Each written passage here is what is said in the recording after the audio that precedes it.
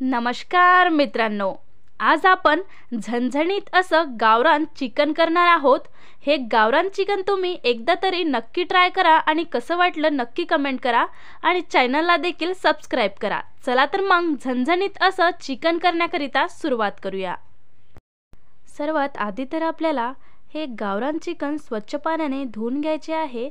चिकनला आपल्याला 2 ते 3 वेळा चांगल्या पद्धतीने धुवून घ्यायचे आहेत।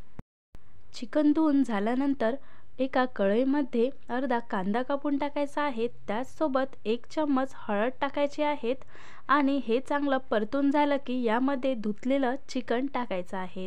चिकन आपल्याला चांगल्या पद्धतीने फिरवून परतून घ्यायचं आहे।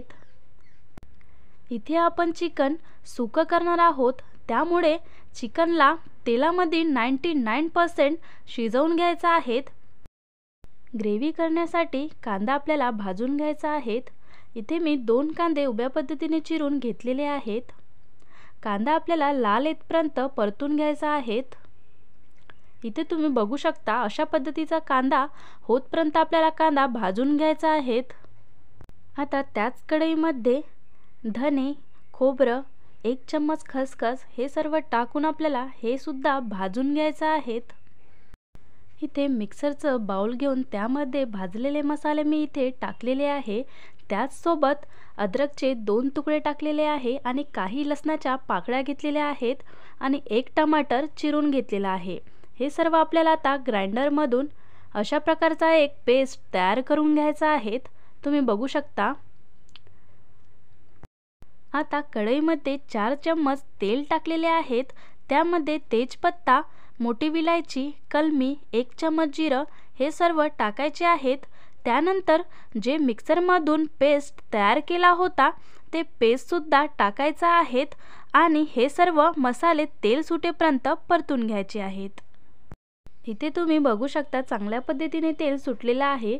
यामध्ये 1 चम्मच मिरची पावडर, अर्धा चम्मच मीठ आणि अर्धा चम्मच हळद टाकून हे सर्व एकत्र करायचं आहे आणि तेल सुटेपर्यंत परतून घ्यायचं आहे।